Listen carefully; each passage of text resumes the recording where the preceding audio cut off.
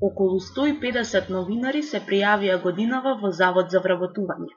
Дамаклов меч ги пресече Време, Шпиц, Ко.ХР, Форум и Лајф магазин. Извештајот на Европската комисија констатираше врски на телевизиите со политичките партии, нетранспарентна собственост и концентрација на медиуми. Само цензурата како резултат се раѓа меѓу чеканот и наковалната на политичките притисоци од една страна и бизнис интересите од другата. Новинарот Ацо Кабранов смета дека пропагандата стапува на новинарската сцена. Се глупи луѓето разбираат што е новинарство, а што е пропаганда. Моментално ние имаме само пропаганда.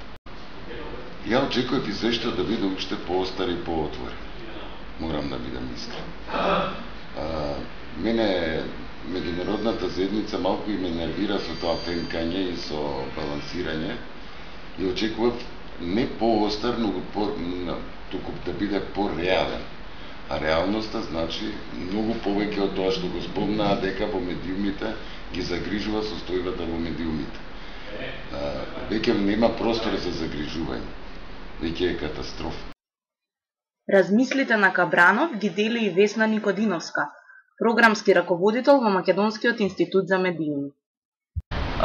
Состојбата во медиумската сфера во Македонија кореспондира во поголемиот дел со она што е представено во извештајот на Европската комисија. Се соочуваме со ситуација кога состојбите во медиумската сфера може да се каже дека се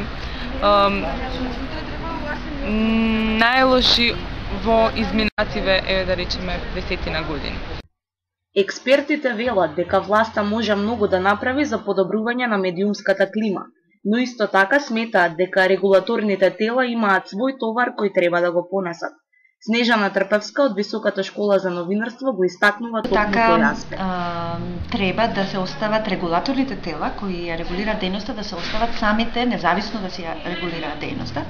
Во таа смисла, притисокот врз нив не е добар, тоа треба да се тргне раката. Уредникот на Плюс Инфо Владо Ѓорчев смета дека она кое треба да не плаши е ниското ниво со кое е оцената слободата на говорот во извештајот на Европската комисија. Значи, ако се дава една оценка, например, да дадам оценка од 1 до 5 за новинарството во Македонија, моментално е дал двојка.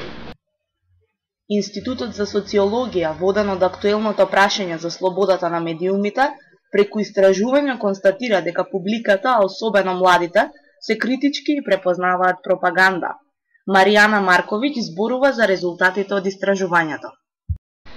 Она што го добив како податок на една популација од можеби 150 студенти од прилика, се покажа дека студентите имаат и постдипломци, мислам дека беа вклучени, дека имаат прилично критички однос кон дневните весници. Тие економски, односно поврзани со економија, колку да се ја зголемат повеќе продажбата. Друго, дека пристрасно известуваат за политички партии. По извештајот од Европската комисија, на новинарството му треба активна година со фокус на слободата на говорот и достоинственото професионално известување. Таа битка мора да почне од новинарите.